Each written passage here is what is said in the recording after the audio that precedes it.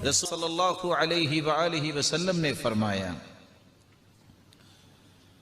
अल्लाह ज़ुल जलाल ने मुझे अर्श के नीचे जो खजाने हैं उसमें से 2 आयतें मुझ पे नाजिल की हैं, जो सूरतुल बकरा की आखिरी 2 आयतें हैं। जो सोते वक्त इसको पढ़ लेगा ये आयतें काफी हो जाएंगी, शैतान से बंदा बच जाएगा, निगरानी हो जाएगी, कोई दुख नहीं पहुंचेगा।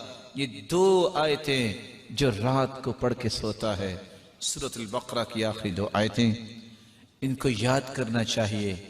ये 2 आयतें कौन सी हैं? आमन रसूल बिमा उन्ज़िल इलैहि मिन रब्बिही वल मुअ्मिनून कुल्लुन आमन बिल्लाहि व मलाइकतिही व कुतुबिही व रुसुलिही ला नुफ़र्रिक़ु बैन अहद मिन रुसुलिही व क़ालू समिअना व अतअना ग़ुफ़्रानक रब्बना व इलैकल मसीर। ला युकल्लिफु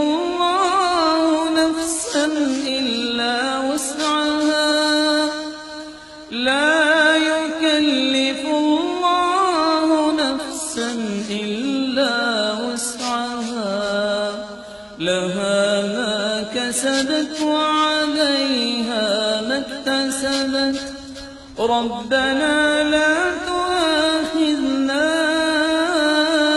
إن نسينا أو أخطأنا ربنا ولا تحمل علينا إصرا كما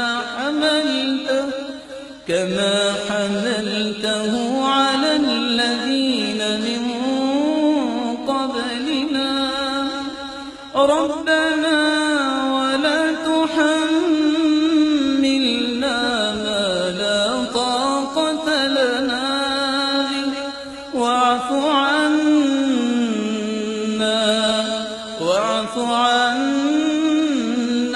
واغفر لنا وارحمنا أنت مولانا فانصرنا على القوم الكافرين.